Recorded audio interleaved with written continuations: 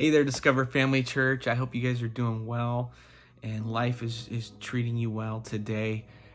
Looking forward to this weekend. We have a special Father's Day message this week. It's going to be really pretty cool. It's going to be a little bit shorter for Father's Day and something a little different.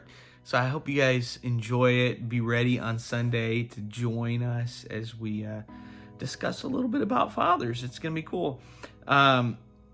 I was reading today in Acts, and in the book of Acts is the story of Stephen. And I've preached about Stephen before. If you don't know who Stephen is the very first martyr for being a Christian, the first person who was killed for being a Christ follower, the very first one. And we don't know a lot about Stephen. He's not, overtly special in the whole pantheon that is the Bible. Like, we don't see or hear a lot about him. And if it hadn't have been him, somebody else would have been killed for being a Christian. And there are lots of other martyrs just in the Bible, and thousands, tens of thousands since then, people have died for being a follower of Jesus.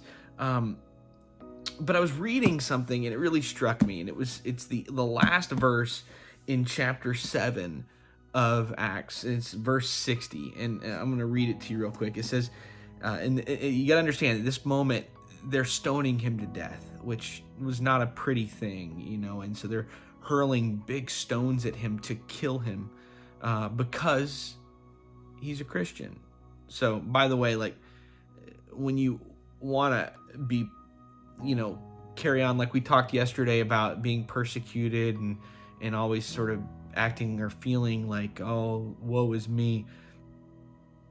You don't have lots of people gathering around you throwing stones at your head to kill you because you're a Christian. So the Bible even approaches that. In Hebrews 12, chapter 4, it says, you've not yet resisted the point of shedding your own blood. Like that's not something that we generally have to do here in America, at least not yet. Who knows what the future holds, but we know that Stephen here, he's at the end of his life, and he knows it. He's about to go on.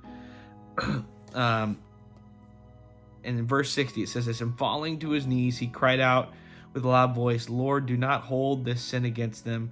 And when he had said this, he fell asleep. I love this because basically God's like, I ain't gonna let you die like that. Like, you're done. But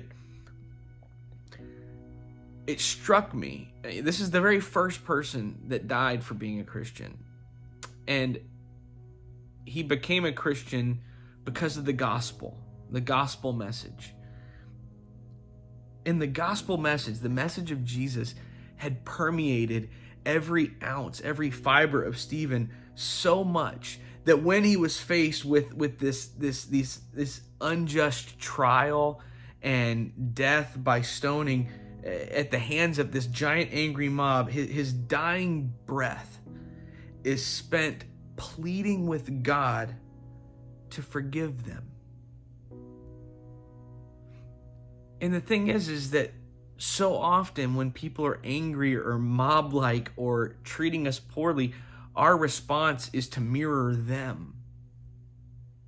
But Stephen shows us exactly what we should be doing. We're not supposed to mirror the people of this world that are coming at us sideways. We're supposed to mirror Jesus, to mirror the gospel. And that's what Stephen is doing. He is mirroring exactly what Jesus did. If you go back to Luke chapter 23, Jesus prays for forgiveness for the people that are doing that as they are crucifying him.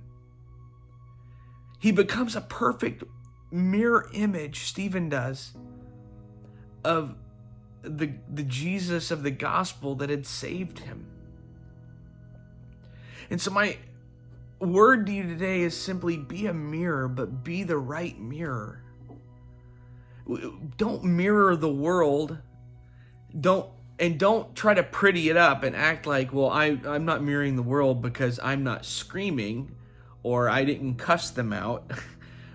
I said my terse response in a very kind way, so that's not what Jesus did. Jesus was completely focused. The gospel had permeated Stephen so much that he mirrored Jesus.